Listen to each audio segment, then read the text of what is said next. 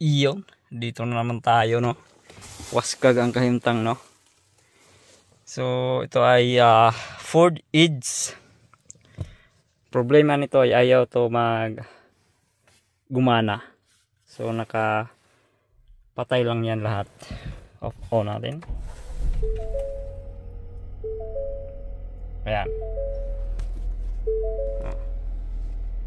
Ayaw gumana.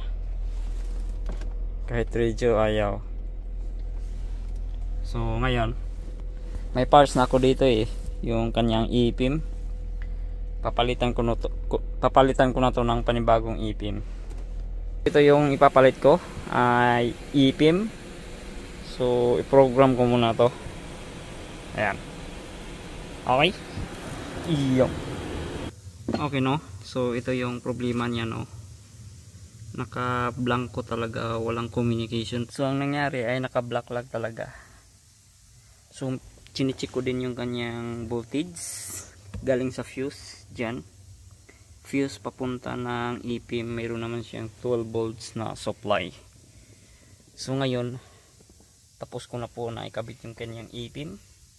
Yan, ipim na yan, luma, yan yung pong luma. Nakabit ko na sa ilalim. So ngayon i-on ko na, pero hindi ko pa po ito na program. So try natin kasi naka-block lang talaga to kanina So ngayon kahit wala pa naka-program, try natin na i-on. Kung tingnan natin kung may appear ba dyan sa kanyang display control. Ayan. Oh. Ayan. Confirm. Gumana na. So ngayon i-program ko po ito.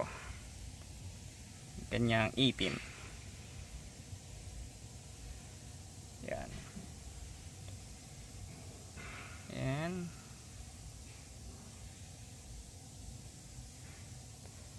Program ko muna.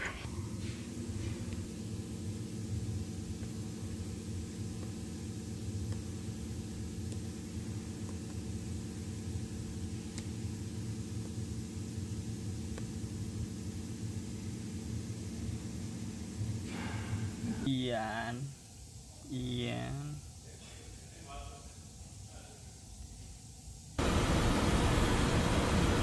Tingnan natin yan. Diba? Meron ng APM.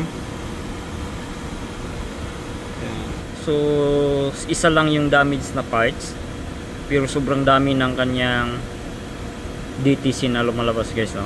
Na lost communication. Yan po yung lumalabas kanina Ayan, sobrang dami niyan. Ayan. Okay. So malinis na. Malinis na, guys. Malinis na yan. Ayan. Meron ng ipim. Ayan. Ayan. Ayan. Ayan. Meron na, lumalabas na yung ipim. Okay. Okay, no. So success tayo, no, sa ating diagnosis. APM replacement. Ayan. Okay, success. Yun lang po. And yo, always drive safe. Yo, bye bye.